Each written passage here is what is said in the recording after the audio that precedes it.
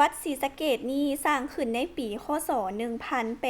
1818ในรัชกาลของเจ้าอนุวงศ์กษัตริย์องค์สุดท้ายแห่งอาณาจักรล้านสร้างเวียงจันทน์และเป็นเพียงวัดเดียวที่รอดพ้นจากการจูดเผาทำลายของสยามในเมื่อก่อน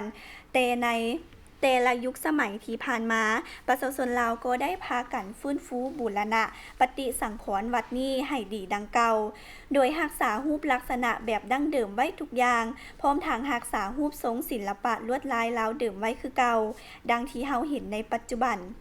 วัดศรีสะเกษนี้มีลักษณะแตกต่างจากวัดอื่นๆในนครหลวงเวียงจันทน์คือรูปทรงของตัวพัทธศิมรูปทรงของตัวพัทธศิมมามีลักษณะสูงโปร่งนอกจากนี้พัทธศิมมายังมีกลุ่มมะเรียนอ้อมรอบทั้ง4ด้านและในแต่ละด้านของกลุ่มมะเรียนประดับประดาด้วยลวดลายศิลปะดอกดวงแบบลาวบูฮาน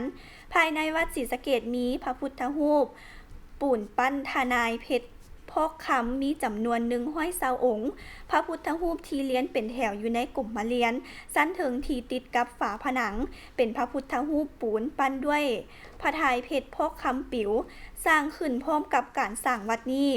มีลักษณะรูปร่างเหมือนกันหมดมีจำนวน120องค์ถือว่าเป็นศิลปะลาวล้านสร้างในตอนปลายและการสร้างไว้จำนวน120องค์นี้คาดว่าผู้สร้างคงปรารถนาอยากให้ตนเองมีอายุยืนยาวถึง120ปีเพราะประเพณีลาวถือว่าอายุ120ปีนี้เป็นอายุที่ยืนยาวที่สุดของมนุษย์เฮาเจ้าท่านผู้ชมวันนี้ก็ถือว่าเป็นคอลัมน์วัฒนธรรมและการท่องเที่ยวเกี่ยวกับวัดศรีสะเกษนั่นเอง